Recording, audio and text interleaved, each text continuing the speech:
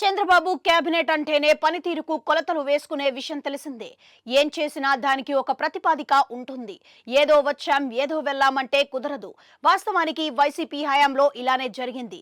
మంత్రులు ఉన్నా వారు ఏం చేస్తున్నారో, వారికి ఎలాంటి అధికారాలు ఉన్నాయో కూడా తెలియని పరిస్థితి. తానేటి వనిత నుంచి అనిల్ కుమార్ యాదవ్ వరకు కూడా అందరి పరిస్థితి ఇంతే.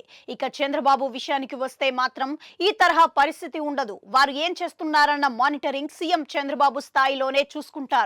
అంతేకాదు ఫీడ్బ్యాక్ కూడా తీసుకుంటారు. మంత్రుల వ్యవహార శైలిపైన ఒక రకంగా అప్రకటిత నిఘా కొనసాగుతోంది. ఎలాంటి ఆరోపణలు వచ్చినా వెంటనే ఖండించే అలవాటు చంద్రబాబుకు ఉంది. ఈ క్రమంలో మహిళా మంత్రులుగా ఉన్న ముగ్గురు విషయంలో చంద్రబాబు ప్రత్యేకంగా చూస్తున్నారు. వీరిలో సంధ్యారాణి వివాదాలకు తావు లేకుండా ముందుకు సాగుతున్నారని సీఎం చంద్రబాబు భావిస్తున్నారు. క్షేత్రస్థాయిలో పరిశీలనలు కూడా ఆమెకు అనుకూలంగానే ఉన్నాయి. ఇక మంత్రి సవిత విషయంలో నియోజకవర్గంలో చోటు చేసుకున్న చిన్నపాటి పరిణామాలపై పార్టీ పరంగా ఫిర్యాదులు వస్తున్నాయి.